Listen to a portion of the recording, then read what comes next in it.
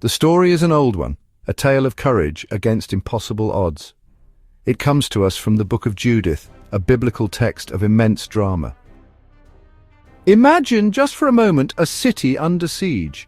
Bethulia, a Jewish city, is surrounded. The Assyrian army, led by the brutal general Holofernes, has cut off the water supply. The people are dying. They're on the verge of surrender. But one woman, a devout and beautiful widow named Judith, refuses to accept this fate. She hatches a plan. She will go into the enemy camp. She will seduce the general and kill him. For centuries, artists were drawn to this gripping tale. The story has everything: faith, seduction, danger, and a violent resolution. It was a popular subject from the Renaissance into the Baroque. Often, Judith is portrayed as an ethereal, almost distant figure. Her face is sometimes turned away from the gruesome act. Then came Artemisia Gentileschi, and everything changed. She forced viewers to experience the scene, not merely to observe it. Her depiction is immediate, visceral, and shockingly real. No artist in early 17th century Rome worked in a vacuum. The dominant shadow was Caravaggio, a revolutionary and a brawler. Caravaggio ripped art from idealization and plunged it into gritty realism. Caravaggio was a friend to Artemisia's father, Orazio, and his style reached Artemisia early. Artemisia absorbed his techniques, radical light and raw human drama.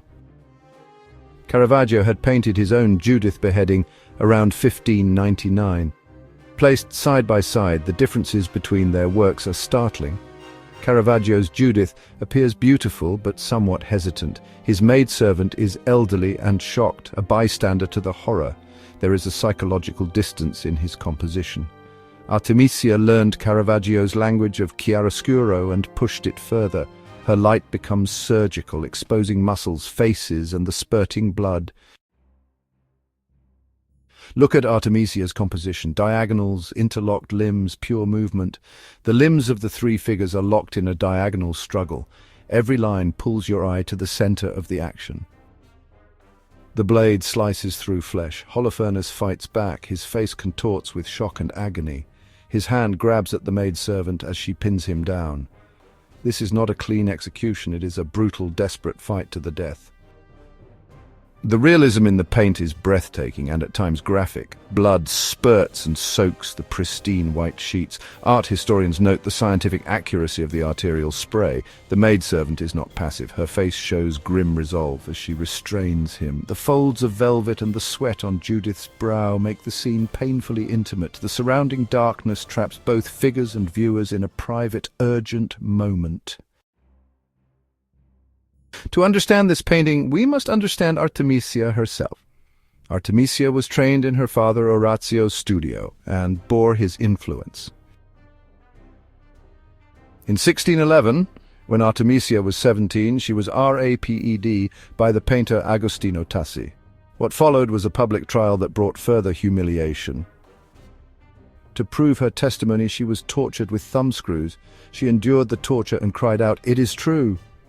Tassi was convicted but given a trivial sentence. Scholars read Artemisia's Judith as a reflection of that trauma and righteous anger.